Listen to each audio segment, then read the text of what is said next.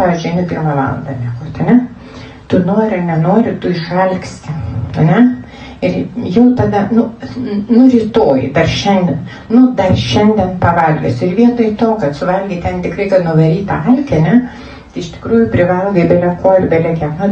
Aš pamenu, išeidama iš virtuvės, nieko, labai senas reikalas, daug metų atgal, nieko nenoriu, bet stovi bulka, galvoju, dar užsidėsiu uogienės, nes aš valgydavau, ačiū Dievui, tada batonai tais laikais nebuvo supjaustyti. Galit nesijuokti, jie būdavo atsėlim, jį perpjauni va šitai, užsidėti uogienės, tada užsidėti sūrio balto. Dabar aš, jeigu kas manęs paklaustų, skaičiau, tik nevalgykit balto sūrio. Tuo metu tai buvo ir tą batoną sušveiti su pienu. Ir tada gali ramiai beveik eit miegoti.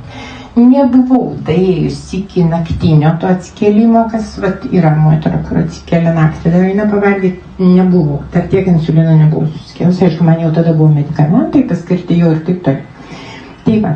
Tai žodžiu dabar, kodėl visos programos, jeigu pirkot programas kažkokias, dažniausiai būna mėnesių. Kaip psichologas aš jums pasakysiu, todėl kad valios yra organizme paskaičiuota, jeigu ją mes intensyviai vartojam, ne šiaip turi tendenciją atsistatyti, bet jeigu mes ją vartojam labai save versdamas, valios manoma, kad užtenka 1 mėnesį. Jūs nueikit pas bet kurį, kuris pardavinėja programas ir paprašykit, kad jūs padarytum programą 2 mėnesių. Jūs ką pasakys? Tik kartosi tą patį ir bus toliau. Arba dar būna vienas monas, programos atsilaikai, tada man tai buvo ne vieną kartą, tada galvoju, jau žinau, nukrito ten 7 kilogramai.